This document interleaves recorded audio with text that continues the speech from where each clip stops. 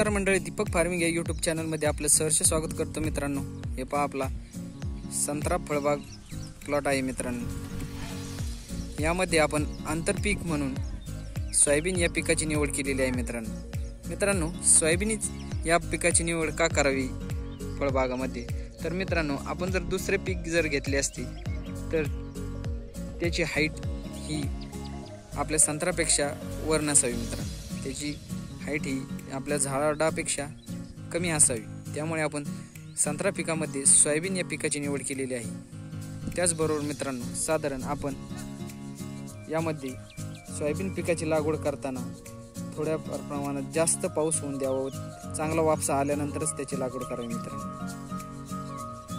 सोयाबीनची पेरणी करताना मित्रांनो चांगल्या प्रमाणात पाऊस होऊन द्यावा व रानात चांगली ओल होऊन द्यावी व आपल्या रानातील हे पहा अशा प्रकारे चांगल्या प्रमाणात तण उतरून द्यावे मित्रांनो व चांगले उगवून यावे सगळ्या प्रकारचे गवत व त्यानंतरच पेरणी करावी मित्रांनो। हे पहा आपल्या प्लॉटमध्ये सुद्धा मोठ्या प्रमाणात गवत उतरलेले आहे मित्रांनो, म्हणजे उगवून आलेले आहे।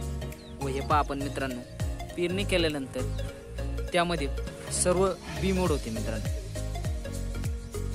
त्यामुळे आपण आपल्या जमिनीत किंवा फळबागा प्लॉटमध्ये किंवा कुठेही जमिनीत सोयाबीनची पेरणी करताना कृपया करून अशा प्रकारची चांगल्या प्रमाणात तण उतरून व गवत उतरून द्यावे व त्यानंतरच पेरणी करावी। आपण जर आपल्या चॅनलवर नवीन असाल तर कृपया करून आपला चॅनल सबस्क्राईब करा व आपल्या चॅनलला व व्हिडिओला लाईक करा, शेअर करा, कमेंट करा। धन्यवाद।